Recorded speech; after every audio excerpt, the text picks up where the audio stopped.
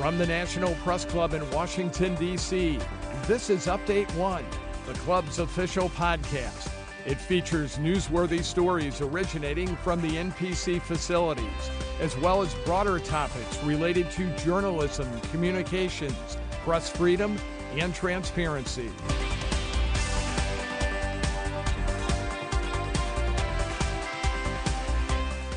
I'm Mike Hempen, a co-chair of the Broadcast Podcast team.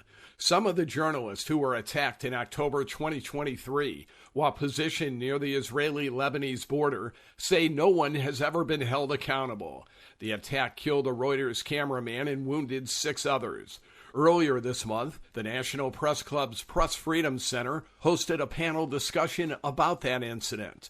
Press Freedom Center Director Bill McCarran delivered the opening remarks. We are here today to discuss a case that occurred in Lebanon, close by the border with Israel, and to raise up the profile of the case and to discuss for the first time in public in the U.S. in this way what happened that day. And we have with us survivors of that incident, and we have with us coming in over technology, the Reuters bureau chief who did much of the investigation that took place by Reuters. Others investigated, and some of them are here. RSF, CPJ, the ACLU, but who did not investigate and has not completed an investigation is the IDF, who has not investigated in any kind of proper way the U.S. government or the government of Israel. So we're waiting on an investigation by the IDF. They supposedly are working on that. I would like to use this moment to invite them to come to the National Press Club and disclose the contents of their investigation, and then to have a public event where we can discuss that with some of the companies and the representatives who are here. So I'm not holding my breath about that. And the reason for that is in past cases, investigations like this have not been readily forthcoming. So we're not 100% sure what is being done. We very much hope something is being done. McCarran said independent investigations indicate an Israeli tank crew on the other side of the border was almost certainly responsible for the attack. The stated policy of the IDF is we do not target journalists. And it is that stated policy that in some way really caused the people you're going to hear from tonight and their companies to be present in a place they could receive fire from Israel. And I say that just as a matter of fact. It's a policy that is hard to square with reality. When we look at the number of journalists that have been killed in Gaza, which organizations like CPJ say put the number at 170. You can find different numbers, but it's a huge number. And look, we know who's doing the killing, and these are people who are trained to kill. And we know that the material that's being used is material that's designed to kill. So there's not a lot of mystery about what's going on. The question is, how do we stop perpetrating the idea that, when I say we, including everyone here, that journalists will be safe in theater with IDF. And so we think there's a moment right before possibly the return to Gaza of journalists and journalism, and I'll throw in there aid workers, and I'll throw in there also those that are going to be investigating past crimes. You know, there's a moment where we can have a rational and reasonable discussion about this policy and how it conflicts with reality. And I think that's got to happen before we're back to coverage again. The panel discussion was moderated by Jason Rezaian, who was imprisoned in Iran for 544 days and now is the director of press freedom initiatives at the Washington Post. I want to introduce the panelists and then just launch into what is a harrowing, heartbreaking story and hopefully inform you all in ways that you can share with your communities, because this is a story that hasn't been properly heard. Rezaian's first introduction was Dylan Collins, an AFP video journalist who was injured in the attack. The 7 of us that were gathered that day on October 13th to cover the news, between us we had decades of experience covering conflict, decades of experience working in the Middle East, and we took concrete steps that day that were intended to explicitly keep us safe. We set up on an exposed hilltop, visible to multiple Israeli positions along the border. We were all wearing flak jackets and helmets. We all had press written across our chest in capital letters. We felt safe, we felt secure given the context, and so we got to work. We set up three live feeds to 3 international news agencies going live to clients. Audio analysis from my camera showed that an Israeli drone circled us 11 times in the last 25 minutes before we were hit. So the Israelis knew we were there from the moment we arrived. And we thought that was a good thing. We wanted to be seen. We thought that would make us safe. We were struck less than an hour at that site. We were struck twice, 37 seconds apart between the 2 strikes, direct strikes. Collins played a video about the attack that he narrates. My name is Dylan Collins. I'm a video journalist with AFP based in Beirut. On October 13th, I was among a group of 7 journalists in the southern Lebanese border village of Al-Mashab, targeted and hit by Israeli tank fire twice in the span of 37 seconds. The strikes killed Reuters video journalist Issam Abdallah and left AFP photographer Christina Assi with life-altering injuries, including the amputation of her right leg. All 5 other journalists, myself included, were left wounded. These images are an attempt to show you what happened that day.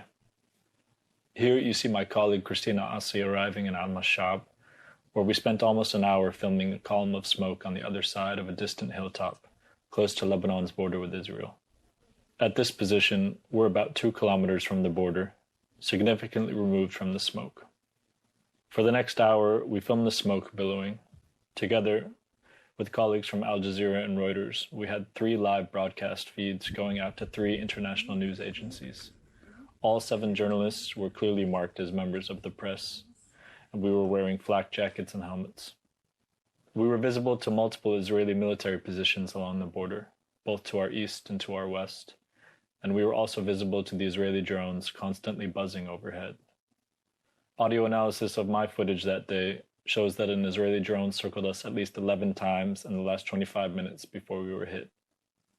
We were on an open hilltop, and the Israeli military knew we were there from the moment we arrived. We thought that being seen would protect us. The first Israeli tank shell hit us at 6:02 p.m. It came out of nowhere.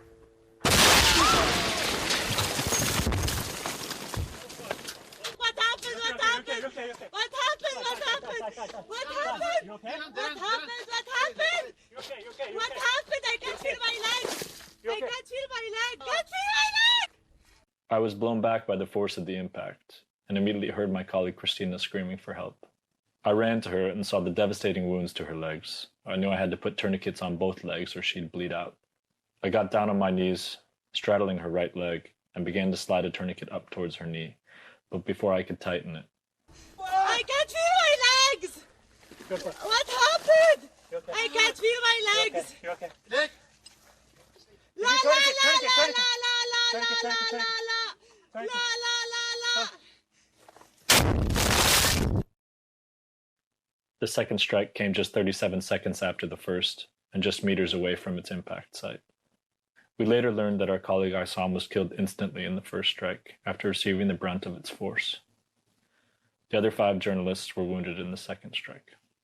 4 independent investigations into the strikes on October 13th by AFP, Reuters, Amnesty International, and Human Rights Watch found that Issam Abdallah and Christina Asi were hit by a 120mm fin-stabilized tank shell manufactured by Israel. The strikes were deliberate and targeted. They arrived just 37 seconds apart, just a few meters from each other. In a subsequent report, Reuters found that the same tank crew opened fire at us with a .50 caliber weapon for nearly 2 minutes after the shells hit, showing that the targeted attack was aimed at taking out the entire group. Additionally, an investigation into the incident by UN peacekeeping force UNIFIL showed that there hadn't been an exchange of fire along the border for more than 40 minutes before we were hit. Collins then played a message from AFP photographer Christina Asi, the journalist who was injured and had to have her right leg amputated. October 13 changed everything. I went from chasing stories to becoming one. Losing my leg wasn't just a physical injury. It forced me to rebuild my entire sense of self as a journalist and as a person. I survived, but this survival comes with a responsibility to document, to expose, and to keep sharing our story that others try to silence. Justice for me is not only about accountability, it's about truth. What happened to us was not an accident, it was deliberate. It was meant to instill fear and erase witnesses. As journalists, our duty is to make sure that the world does not look away. Justice is about remembering and making sure that those who are responsible are named and condemned so it does not happen again. I chose to cover conflict because truth is often the first casualty in war zones. Journalism isn't only about facts, it's about giving space to those caught in crossfires and documenting what others try to hide. We need more than press vests. We need real legal actions, global accountability, and consequences for those who try to silence the press. I am here before you today not as a journalist who survived, but as a journalist who refused to be silenced. And I ask you all to stand with us, because when journalism is under attack, so is the truth. And without truth, there is no justice. Reuters bureau chief Maya Gobelli was a colleague of Issam Abdallah, the journalist who died in the attack. The IDF has pledged that an independent body known as the General Staff's Fact-Finding and Assessment Mechanism will examine the incident. To this day, despite repeated calls for the Israeli military to make its findings public, we have not received any further information. As I said, Issam was a diligent, passionate, kind, and professional colleague. We miss him every day, and we're really proud that Reuters has announced a fellowship in his name, but we hope that we will never have to announce any future fellowships like that. McCarran said the Israeli military needs to provide more information about its investigation into the October 2023 attack. As far as this investigation, I think Reuters has investigated and others. I don't think there is any investigation by the government of Israel, and I welcome them to come here and prove us wrong. We'd love to see what you have developed. Razayan, who's an advisor to the Press Freedom Center, said the press club will stay on this case. I learned a massive amount about an incident that I had heard about peripherally, but that should be a massive news story and should have been a massive news story and still hasn't been covered in the way that you guys have all connected the dots here. So I will commit our resources here at the center and my own resources available to me to help you all do that in the ways that I can. But it's an abomination that we haven't done that so far. We'll continue to follow this investigation and other press freedom issues here on Update One. I'm Mike Hempen. Thanks for listening. You have been listening to Update One, the official podcast of the National Press Club, the world's leading professional organization for journalists and a vigorous advocate of press freedom worldwide. If you have any questions or comments about Update One, send an email to updateonepodcast@gmail.com.